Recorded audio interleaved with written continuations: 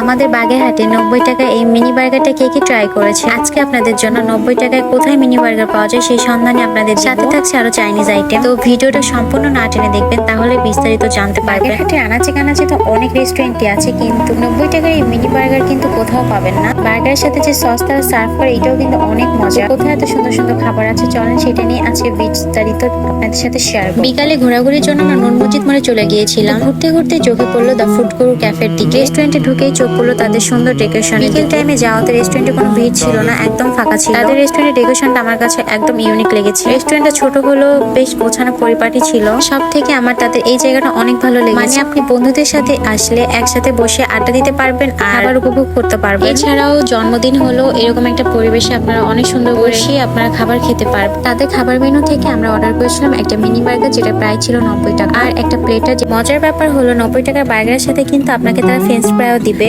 মানে একটা খাবার অর্ডার করলে আপনার দুইটা খাবার পেয়ে যাবেন। বার্গারের সাথে যে সসটা দিয়েছিল এটা আমার এত ভালো লাগছে, আমার মেয়ে তো শুধুই সব খেয়ে ফেলছে। মানে অনেক মজা ছিল। তাদের সসের ভিতর থেকে গার্লিকের একটা ফ্লেভার আসতেছিল। আর মিনি বার্গারটা আপনারা দেখতেই পাচ্ছেন, চিকেনের পরিমাণটা অনেক বেশি ছিল। ভিতরে যেহেতু অনেক সস দিয়েছিল তার কারণে এটা একদমই জুসি জুসি লাগতেছিল, শুকনা লাগতেছিল না। যাই হোক, আমার কাছে ফ্রেঞ্চ ফ্রাই এবং বার্গার দুটোই অনেক বেশি ভালো লাগছে। বার্গারের ভিতর ওভারলোডেড চিকেন ছিল, যার কারণে প্রতিটা বাইটেই চিকেন ফিল হচ্ছিল।